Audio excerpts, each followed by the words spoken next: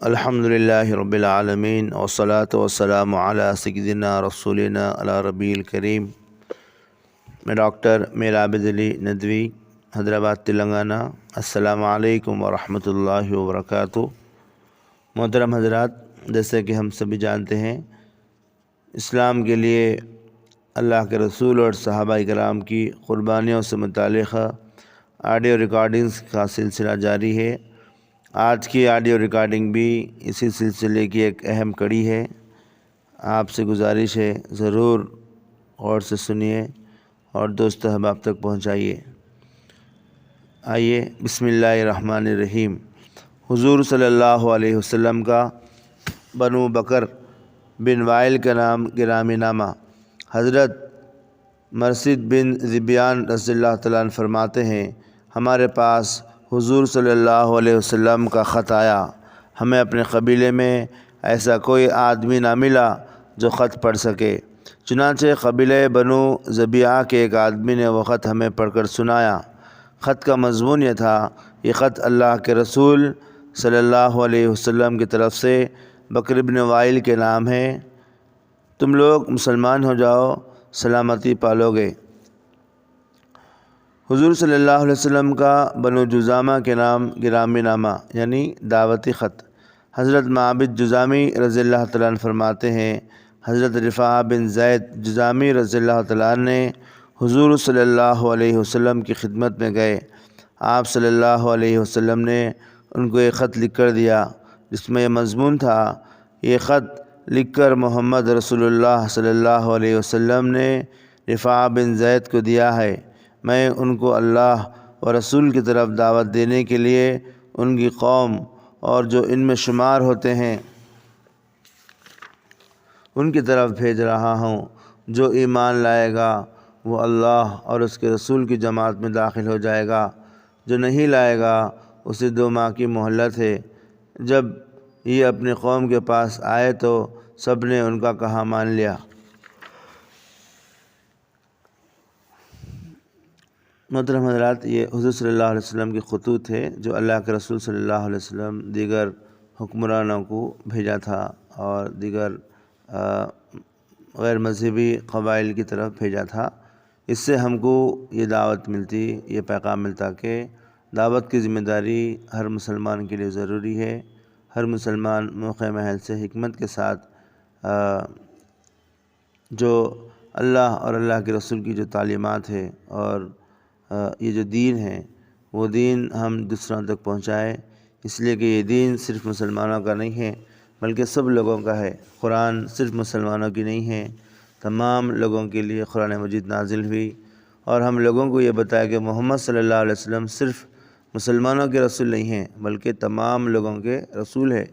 یہ بات پہنچانا یہ ہماری ذمہ داری ہے، ہدایت اللہ تعالیٰ کی طرف سے ہے۔ آگے موضوع چینج ہے، اس کا عنوان ہے حضور صلی اللہ علیہ وسلم کے ان اخلاق اور اعمال کے قصے جن کی وجہ سے لوگوں کو ہدایت ملتی تھی، یعنی اللہ کے رسول صلی اللہ علیہ وسلم کے اخلاق اور اعمال جن کو دیکھ کر لوگ اسلام قبول کرتے تھے۔ حضرت زید بن ثانہ رضی اللہ تعالیٰ عنہ کے اسلام لانے کا قصہ جو کہ یہودیوں کے بڑے عالم تھے۔ حضرت عبداللہ ابن سلام رضی اللہ تعالیٰ عنہ فرماتے ہیں کہ جب اللہ عز و جل نے حضرت زید بن ثانہ کو ہدایت سے نوازنے کا ارادہ فرمایا تو حضرت زید بن ثانہ نے اپنے دل میں کہا کہ حضور صلی اللہ علیہ وسلم کے چہرے پر نگاہ پڑتے ہی میں نے نبوت کی تمام نشانیوں کو حضور صلی اللہ علیہ وسلم کے چہرے میں پا لیا تھا، لیکن 2 نشانیاں ایسی ہیں جن کو میں نے آپ صلی اللہ علیہ وسلم میں ابھی تک آزمایا نہیں ہیں۔ ایک تو یہ کہ نبی کی بردباری یعنی پیشنس کا ہونا اور سمجھداری کا ہونا، ہنگامی حالت میں انسان سمجھ بوجھ سے کام لینا، فوراً اچانک ریئیکٹ نہیں ہونا اور ایکشن نہیں لینا بلکہ سوچ سمجھ کے کوئی بھی فیصلہ لینا اور غصے میں بالکل زبان پر اور دل دماغ پر قابو پانا، اس کا نام بردباری ہے۔ فرماتے ہیں ایک تو یہ کہ نبی کی بردباری اس کے جلد غصہ ہونے میں آ جانے پر غالب ہوتی ہے۔ دوسری یہ کہ نبی کریم صلی اللہ علیہ وسلم کے ساتھ جتنا زیادہ نادانی کا معاملہ کیا جائے گا، یعنی نگلیکٹ کیا جائے گا، نظر انداز کیا جائے گا، اس کی بردباری اتنی بڑھتی جائے گی، صبر اور تحمل اتنا بڑھتے جائے گا۔ چنانچہ ایک دن آپ صلی اللہ علیہ وسلم حجرے سے باہر تشریف لائے، کمرے سے باہر تشریف لائے۔ آپ صلی اللہ علیہ وسلم کے ساتھ حضرت علی بن ابی طالب رضی اللہ تعالیٰ عنہ بھی تھے۔ آپ صلی اللہ علیہ وسلم کے پاس ایک آدمی اونٹنی پر سوار ہو کر آیا، جو بظاہر بدو یعنی دیہات کا، گاؤں کا رہنے والا معلوم ہوتا تھا۔ اس نے کہا، یا رسول اللہ، فلاں قبیلے کی بستی میں میرے چند ساتھی مسلمان ہو چکے ہیں۔ میں نے ان سے کہا تھا کہ اگر وہ اسلام قبول کر لیں گے تو ان پر رزق کی بڑی وسعت ہو جائے گی، لیکن اب وہاں قحط سالی آ گئی، یعنی بارش وغیرہ نہ ہونے کی وجہ سے کھیتیاں، زمینیں سوکھ گئی اور بارش بالکل نہیں ہو رہی ہے۔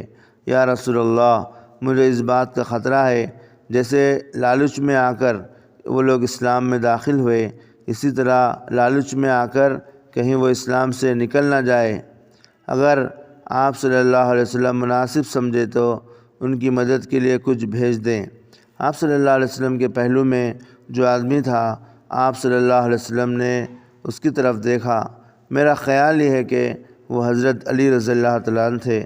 تو اس آدمی نے کہا، یا رسول اللہ، اس مال میں سے تو کچھ نہیں بچا۔ حضرت زید بن ثانہ فرماتے ہیں کہ میں نے آپ صلی اللہ علیہ وسلم کے قریب جا کر کہا، اے محمد صلی اللہ علیہ وسلم، اگر آپ چاہیں تو میں پیسے آپ کو دے دیتا ہوں، اور اس کے بدلے میں آپ صلی اللہ علیہ وسلم فلاں قبیلے کے باغ کی اتنی کھجوریں مجھے فلاں وقت کے لیے دے دیں۔ آپ صلی اللہ علیہ وسلم نے فرمایا، ٹھیک ہے، لیکن کسی باغ کو متعین مت کرو۔ میں نے کہا، چلو ٹھیک ہے۔ چنانچہ آپ صلی اللہ علیہ وسلم نے مجھ سے یہ سودا کر لیا۔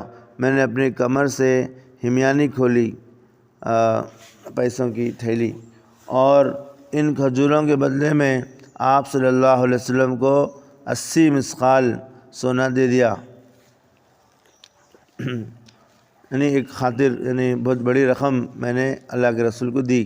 آپ صلی اللہ علیہ وسلم نے وہ سارا سونا اس آدمی کو دے دیا اور اس سے فرمایا، یہ ان کی امداد کے لیے لے جاؤ اور ان میں برابر تقسیم کر دینا۔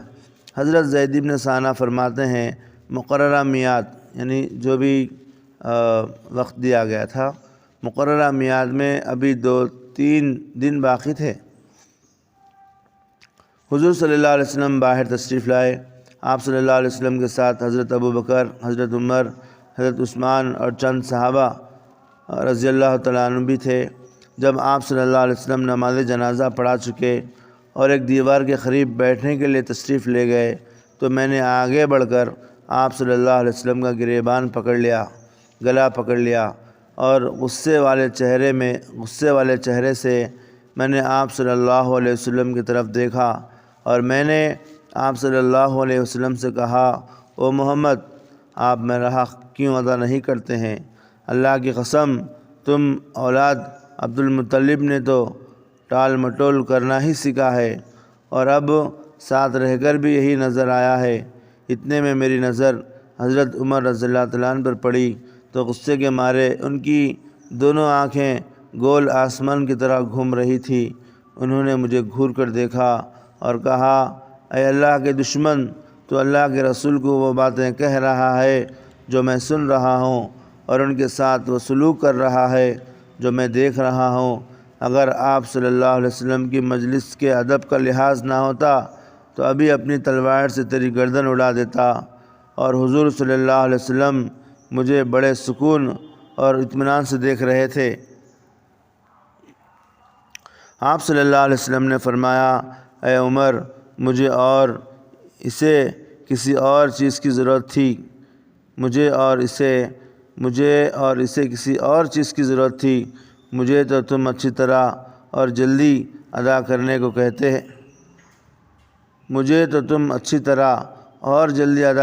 کہتے اور اسے ذرا سلیقے سے مطالبہ کرنے کو کہتے۔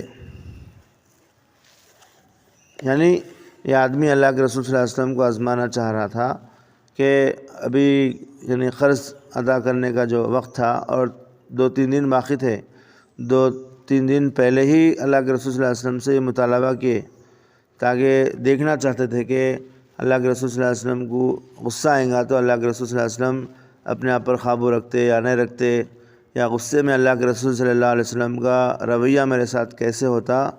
اس چیز کو آزمانے کے لیے 2-3 دن پہلے ہی اللہ کے رسول صلی اللہ علیہ وسلم کا ٹیسٹ لیے اور آزمائے۔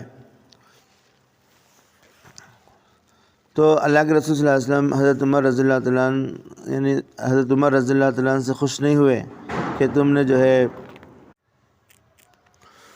حضرت عمر رضی اللہ تعالیٰ عنہ سے خوش نہیں ہوئے کہ تم میرا سپورٹ کیے اور میری طرفداری کیے، بلکہ اللہ کے رسول صلی اللہ علیہ وسلم حضرت عمر رضی اللہ تعالیٰ عنہ سے فرمائے کہ اے عمر، اس طرح تم پیش مت آؤ، بلکہ تم دونوں کو کہو، ایک مجھ سے یہ کہو کہ تمہیں اور جلدی قرض ادا کر دینا چاہیے تھا، اور اس آدمی سے کہو کہ جو مطالبہ کا جو طریقہ ہے وہ طریقہ صحیح نہیں ہے، سلیقے کے ساتھ مطالبہ کرے۔ آگے اللہ کے رسول صلی اللہ علیہ وسلم فرماتے ہیں اے عمر، انہیں لے جاؤ اور جتنا ان کا حق بنتا ہے وہ بھی ان کو دو، اور جو تم نے ان کو دھمکایا ہے اس بدلے میں ان کو 20 سا کھجور اور دو۔ حضرت زید فرماتے ہیں کہ حضرت عمر مجھے لے گئے اور جتنی میری کھجوریں تھیں وہ بھی مجھے دے دیے اور 20 سا کھجوریں مزید بھی دیے، یعنی لگ بھگ 60-70 کلو۔ یہ زیادہ کھجوریں کیوں دے رہے ہو؟ میں نے حضرت عمر رضی اللہ تعالیٰ عنہ سے پوچھا۔ حضرت عمر رضی اللہ تعالیٰ عنہ نے کہا مجھے حضور صلی اللہ علیہ وسلم نے فرمایا کہ میں نے جو تم کو دھمکایا ہے اس کے بدلے میں تم کو مزید کھجوریں بھی دوں۔ میں نے جو تم کو دھمکایا ہے اس کے بدلے میں تم کو مزید کھجوریں بھی دوں۔ میں نے کہا اے عمر، کیا تم مجھ کو جانتے ہو؟ حضرت عمر رضی اللہ تعالیٰ نے کہا نہیں۔ میں نے کہا میں زید بن ثانہ ہوں۔ حضرت عمر رضی اللہ تعالیٰ نے کہا وہ یہودیوں کے بڑے عالم؟ میں نے کہا ہاں وہی۔ تو حضرت عمر رضی اللہ تعالیٰ نے کہا اتنے بڑے عالم ہو کر تم نے اللہ کے رسول کے ساتھ ایسا سلوک کیا اور ان کو ایسی ایسی باتیں کیوں کہی؟ میں نے کہا اے عمر، حضور صلی اللہ علیہ وسلم کے چہرے پر نگاہ پڑتے ہی میں نے نبوت کی تمام یعنی نبی ہونے کی تمام نشانیوں کو حضور صلی اللہ علیہ وسلم کے چہرے میں پا لیا تھا، لیکن 2 نشانیاں ایسی تھیں جن کو میں نے آپ صلی اللہ علیہ وسلم میں ابھی تک آزمایا نہیں تھا۔ ایک یہ کہ نبی کی بردباری اس کے جلد غصہ ہونے میں آ جانے پر غالب ہوتی ہے، جلد غصے میں آ جانے پر غالب ہوتی ہے۔ دوسری یہ کہ نبی کے ساتھ جتنا نادانی کا معاملہ کیا جائے اس کی بردباری اتنی بڑھتی جائے گی، اور میں نے ان دونوں باتوں کو بھی آزما لیا ہے۔ یعنی غصے میں اللہ کے رسول صلی اللہ علیہ وسلم کس طرح کا فیصلہ کرتے، کس طرح کا رویہ اپناتے اور کس طرح اپنے آپ پر قابو رکھتے، اور ایسے ہی اللہ کے رسول صلی اللہ علیہ وسلم کو جتنا نظر انداز کیا جائے، نگلیکٹ کیا جائے اور بالکل بدتمیزی کے ساتھ پیش آیا جائے، اتنا ہی اللہ کے رسول صلی اللہ علیہ وسلم سمجھداری سے اور حکمت سے اور فوراً ایکشن میں آنے سے دور رہتے ہوئے کس طرح رویہ برتتے ہیں، یہ دونوں چیزوں کو میں نے آزمایا۔ اے عمر رضی اللہ تعالیٰ عنہ، میں تمہیں اس بات پر گواہ بناتا ہوں کہ میں اللہ کے رب ہونے پر اور اسلام کے دین ہونے پر اور محمد صلی اللہ علیہ وسلم کے نبی ہونے پر دل سے راضی ہوں، اور اس بات پر گواہ بناتا ہوں کہ میرا آدھا مال محمد صلی اللہ علیہ وسلم کی ساری امت کے لیے وقف ہے، اور میں مدینے میں سب سے زیادہ مالدار ہوں۔ حضرت عمر رضی اللہ تعالیٰ نے فرمایا ساری امت کے بجائے بعض امت کہو، کیونکہ تم ساری امت کو دینے کی گنجائش نہیں رکھتے ہو۔ میں نے کہا اچھا، بعض امت کے لیے وقف ہے۔ وہاں سے حضرت عمر رضی اللہ تعالیٰ عنہ اور حضرت زید رضی اللہ تعالیٰ عنہ حضور صلی اللہ علیہ وسلم کی خدمت میں واپس گئے۔ حضرت زید رضی اللہ تعالیٰ عنہ پہنچتے ہی کہا اشہد ان لا الہ الا اللہ و اشہد ان محمدًا عبدہ و رسولہ، اور حضور صلی اللہ علیہ وسلم پر ایمان لے آئے اور آپ صلی اللہ علیہ وسلم کی تصدیق کی اور آپ صلی اللہ علیہ وسلم کے ہاتھ پر بیعت کی اور حضور صلی اللہ علیہ وسلم کے ساتھ بہت سے غزوات میں جنگوں میں شریک رہے اور غزوہ تبوک میں واپس آتے ہوئے نہیں بلکہ آگے بڑھتے ہوئے انہوں نے وفات پائی۔ اللہ تعالیٰ حضرت زید پر اپنی رحمتیں نازل فرمائے۔ محترم حضرات، یہ آج کی ریکارڈنگ تھی جو حضور صلی اللہ علیہ وسلم کی دعوتی خطوط پر اور اللہ کے رسول صلی اللہ علیہ وسلم کے اخلاق دیکھ کر زید رضی اللہ تعالیٰ عنہ جس طرح اسلام قبول کے اس کا واقعہ تھا۔ اس واقعے سے ہم کو یہ پیغام ملتا کہ مسلمانوں کے اخلاق اور مسلمانوں کا کردار، مسلمانوں کا رویہ اپنے قریبی لوگوں کے ساتھ، اڑوس پڑوس کے غیر مسلموں کے ساتھ، دیگر قوموں کے ساتھ اتنا اچھا ہو کہ دیگر قومیں مسلمانوں کی زبان کو دیکھ کر، رویے کو دیکھ کر اور برداشت کو دیکھ کر اور مسلمانوں کے اندر ہمت، صبر، استقامت، دوراندیشی اور ایثار، ان تمام خوبیوں کو دیکھ کر لوگ متاثر ہو اور اسلام سے قریب آئے۔ تو اس سے ہمارے کو اس بات کا پیغام ملتا کہ ہماری زبان بہت شائستہ ہو، شستہ ہو، ہمارے اخلاق، ہمارا کردار، خاص طور پر ہمارے پڑوسیوں کے ساتھ، اور جب جو کوئی بھی لوگ تجارت کرتے، جو گاہک آتے، خرید و فروخت کے لیے جو لوگ آتے، ان کے ساتھ مسلمانوں کا کردار، رویہ۔ ایک مشہور قول ہے یعنی زبان شری تو ملک گیری، یعنی انسان کی زبان مٹھاس ہو، انسان کی زبان میٹھی ہو اور انسان کے اخلاق اچھے ہو تو اللہ تعالیٰ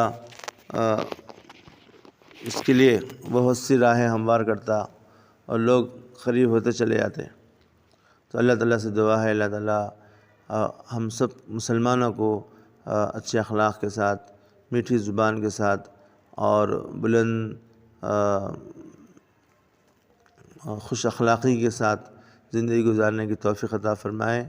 لوگ ہم کو دیکھ کر اسلام سے قریب ہو، لوگ ہم کو دیکھ کر اللہ کے اور اللہ کے رسول کے جو احکامات ہیں، جو تعلیمات ہیں، ان کو سمجھنے، لوگوں کو سمجھنے کی توفیق عطا فرمائے، سمجھنے میں آسانی ہو۔ وآخر دعوانا ان الحمد للہ رب العالمین۔ السلام علیکم ورحمۃ اللہ وبرکاتہ۔